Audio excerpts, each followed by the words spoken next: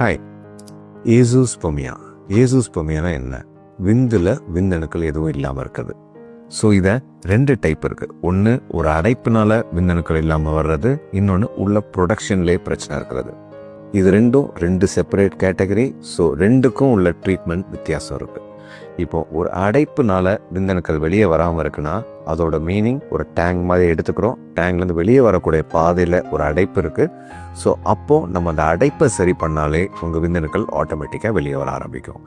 இதே உள்ள ப்ரொடக்ஷன் இல்லைன்னா உங்களுக்கு விதையிலேருந்து விந்தணுக்கள் ப்ரொடக்ஷனே இல்லாமல் இருக்குது. ஸோ அந்த டைமில் நீங்கள் அடைப்பு அந்த மாதிரி ட்ரீட்மெண்ட் போகாமல் அந்த ப்ரொடக்ஷனை எப்படி ஸ்டிமுலேட் பண்ணணும்னு நம்ம ட்ரீட்மெண்ட் பண்ணோன்னா உங்களால் உங்களோட ஓன் குழந்தைக்கு ஒரு ஃபாதராக ஆகக்கூடிய வாய்ப்பு இருக்குது. ஸோ அப்ஸ்ட்ரக்டிவ் ஏசூஸ்பெர்மியாவும் கரெக்ட் பண்ண முடியும், நான் அப்ஸ்ட்ரக்டிவ் ஏசூஸ்பெர்மியாவும் கரெக்ட் பண்ணக்கூடிய ட்ரீட்மெண்ட் சான்சஸ் இப்போ உள்ள மெடிக்கல் வேர்ல்டில் இருக்குது. தேங்க்யூ.